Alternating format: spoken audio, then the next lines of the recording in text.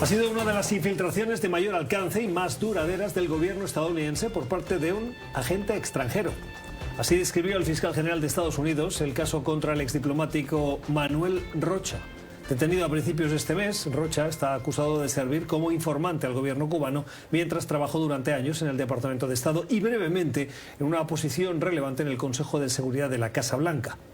Nacido en Colombia hace 73 años, Rocha creció en Nueva York, se formó en las mejores universidades estadounidenses y comenzó una carrera en el Departamento de Estado en 1981, que le llevó a ocupar cargos tan relevantes como los de embajador en Argentina, Bolivia o República Dominicana. El FBI llevaba tiempo investigándole a raíz de una pista recibida por los agentes. Tras meses de seguimiento, los investigadores lograron su confianza al hacerse, uno de ellos, pasar por un supuesto miembro de la inteligencia cubana con quien mantuvo conversaciones que fueron grabadas, en las que Rocha reconoce su trabajo para el régimen durante décadas. Su detención ha sorprendido a muchos en Estados Unidos, incluida la activa comunidad cubana en el sur de Florida, que sigue de cerca la actualidad en la isla y las decisiones del régimen.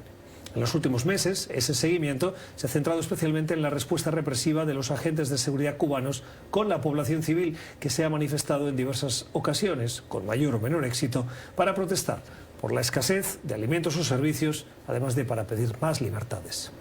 Rosa María Payá es activista cubana, es fundadora del movimiento Cuba Decide. Su voz ha sido una de las más activas en foros internacionales o eventos de denuncia sobre esas violaciones de derechos humanos en Cuba, entre otros escenarios en la OEA, donde precisamente hoy participó como invitada. Señora Payá, gracias por su tiempo, bienvenida al programa, buenas noches. Buenas noches, gracias por tenerme. Me gustaría comenzar preguntándole por la detención de Manuel Rocha. ¿Le ha sorprendido? Bueno, me ha indignado. Sorprendido, los cubanos más o menos sabemos que el régimen acostumbra a infiltrar las democracias del mundo, y en el caso de Estados Unidos no es nuevo, ¿no? Ahí está la historia de Ana Belén Montes, está la historia de toda la red avispa, y sabemos que el régimen cubano continúa estableciendo su influencia nefasta también, además de los espías que logra colocar en las más altas oficinas de los Estados Unidos, ¿no? Como en este caso, oficinas diplomáticas y también de seguridad nacional. ¿Cree que el nivel que ha alcanzado con esta detención es extraordinario? Tan extraordinario como es un totalitarismo de 65 años en el Mar Caribe. Claro que es extraordinario, claro que es indignante, claro que supone un riesgo inmenso, un hecho de seguridad nacional para los Estados Unidos, y un trabajo constante contra los mejores intereses del pueblo cubano, que sigue intentando salir de la dictadura. ¿Qué ha causado más impacto en la comunidad cubana? ¿El hecho de que haya un diplomático de esa larga trayectoria que se infiltró para trabajar para el régimen, o que Estados Unidos identifique a esos dobles agentes y haga público que en Estados Unidos no hay espacio para esos dobles agentes porque al final acaban pillados? Bueno, la comunidad cubana ha sido activista en la denuncia de los intentos de injerencia del régimen cubano en los Estados Unidos. Ha denunciado, por ejemplo, que durante toda esta operación de desestabilización de la frontera sur, en la que también participa la dictadura de Ortega Murillo, donde casi 400.000 cubanos han sido encontrados en la frontera sur después de que Ortega retirara la restricción de visa para los cubanos. Nosotros hemos denunciado cómo también en estos flujos, que son mayormente de cubanos buscando libertad y buscando salir de la miseria y la opresión, también el régimen lo utiliza para infiltrar sus agentes de influencia, para poner en territorio de los Estados Unidos a espías de las fuerzas de inteligencia cubanas. ¿En esos migrantes hay infiltrados cubanos del servicio de inteligencia? Sí, por supuesto, y la comunidad cubana los ha denunciado, y cuando son identificados, cuando han participado de la represión dentro de la isla y han sido identificados por las víctimas, la comunidad cubana ha protestado, lo ha documentado, se ha enviado al Departamento de Estado. Esperamos que haya de hecho más respuestas y se tomen más acciones con respecto a esta operación sistemática de parte del régimen cubano, este intento sistemático por infiltrar las oficinas de inteligencia, las oficinas de seguridad, las oficinas diplomáticas de este país, y también al exilio cubano. Pero esto no lo hacen todos los gobiernos. Estados Unidos espía, China espía, Alemania espía, Francia espía. Estamos en un mundo en el que los gobiernos tienen sistemas para obtener información, para tomar decisiones internamente. Entra dentro de la normalidad. El caso cubano no sería una excepción, pero tal vez es uno de los más conocidos a través del G2. Bueno, no todos los gobiernos son dictaduras totalitarias asesinas de sus pueblos y de otros pueblos, como es el caso del régimen cubano, que por ejemplo está este sistema de G2, este sistema de inteligencia, controla la contrainteligencia militar venezolana. Sabemos lo que eso significa en términos de sostener el poder de Nicolás Maduro, pero también en términos de la represión contra el pueblo venezolano, contra los exmilitares venezolanos. Tenemos que entender que el sistema de inteligencia de la dictadura cubana, que fue creado por la KGB en su inicio y que fue entrenado por la KGB y también entrenado por la Stasi, tiene entre sus objetivos la infiltración en todas las Américas. Tenemos que entender que el aparato diplomático cubano es un aparato de inteligencia, uno que cuenta con una ventaja superior a la de cualquier sistema diplomático, que es la del tiempo. El régimen cubano ha estado nutriendo esta red de espías, esta red de agentes de inteligencia en la cabeza de su cuerpo diplomático por años, por décadas. Mientras en Estados Unidos hay que ganar y perder elecciones, en La Habana ha habido el mismo poder por 64 años.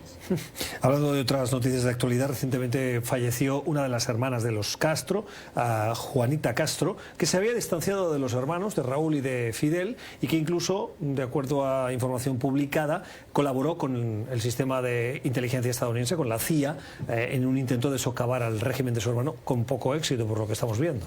Bueno, la libertad de Cuba depende del pueblo cubano. Ahora, el pueblo cubano está haciendo lo mejor que puede. Estamos hablando de miles de protestas en los últimos 2 años, a razón de 10 protestas por día en las calles cubanas exigiendo libertad, exigiendo el cambio de sistema.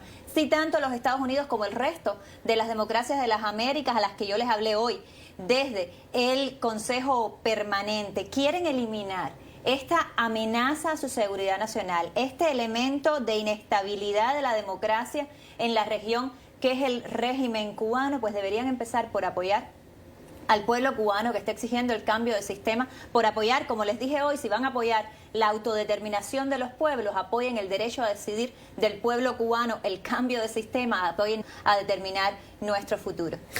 ¿Cuán popular era Juanita Castro en la comunidad cubana de Florida? No tengo muchas referencias.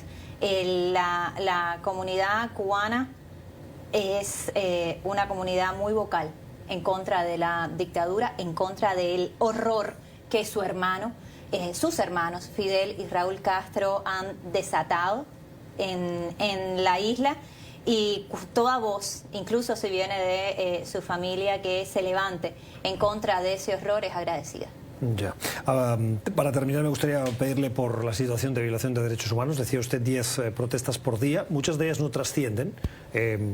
Conocimos algunas, tal vez las más sonadas, las del 11 de julio de 2021, con una fuerte represión por parte del aparato de control social cubano. Desde entonces, ¿qué ha pasado en Cuba? Más represión, más violencia de Estado, una crisis profunda, económica, social, de violencia política. Si hay algo que los cubanos tenemos claro es que la salida de esa crisis es la salida de la dictadura. Y lo vemos en las calles todos los días, a pesar de la represión. Una represión que tiene a más de 1000 cubanos en prisión política. Hay más de 1000 personas presas en Cuba por pensar distinto. A finales de hecho del mes de noviembre, falleció en prisión, fue asesinado por la dictadura Luis Barrios, 36 años. Su delito, haber participado en las manifestaciones pacíficas del 11 de julio del año 2021. Tenemos más personas presas en Cuba como prisioneros políticos que en el resto del continente, todos sumados. Sí, es una situación extraordinaria y por tanto requiere del apoyo de la comunidad internacional, teniendo algo muy claro: estas dictaduras solo responden a la presión. Y es hora de que desde el sistema interamericano se active esa presión en favor de lo que el pueblo está exigiendo en las calles, del camino que el pueblo cubano está señalando, que es el camino que lleva desde la dictadura totalitaria a las elecciones libres, pasando por un plebiscito vinculante, pero ahí no llegamos si no hay presión de parte de la comunidad internacional para detener la impunidad de la violencia política. Cuando reportamos sobre esas protestas del 11 de julio de 2021, una de las cosas que más coincidían los expertos es que habían tomado con una cierta sorpresa al régimen, el hecho de que el malestar social sacara a la calle a tanta gente pidiendo o protestando por un lado y pidiendo por otro más libertades. ¿Cómo se ha intensificado esa represión por parte del régimen cubano? Va increyendo, en mi opinión, en la misma medida que crece la vulnerabilidad de esa dictadura, que desaparece cualquier legitimidad que pudiera tener ante su propio pueblo. ¿Pero están utilizando tácticas distintas que desconocíamos? Están utilizando las mismas medidas de forzar al exilio, de encarcelamiento arbitrario, de prisión política y finalmente de asesinato. El asunto es que lo están usando en mucho mayor número en este momento. La intensificación de la represión alcanza una masividad en nuestro país en este momento, y la única salida es ponerle un costo internacional a esa dictadura militar que tiene las armas y que las está usando contra su propio pueblo. Rosa María Payá, activista cubana y fundadora del movimiento Cuba Decide, gracias por compartir con nosotros estos minutos hoy.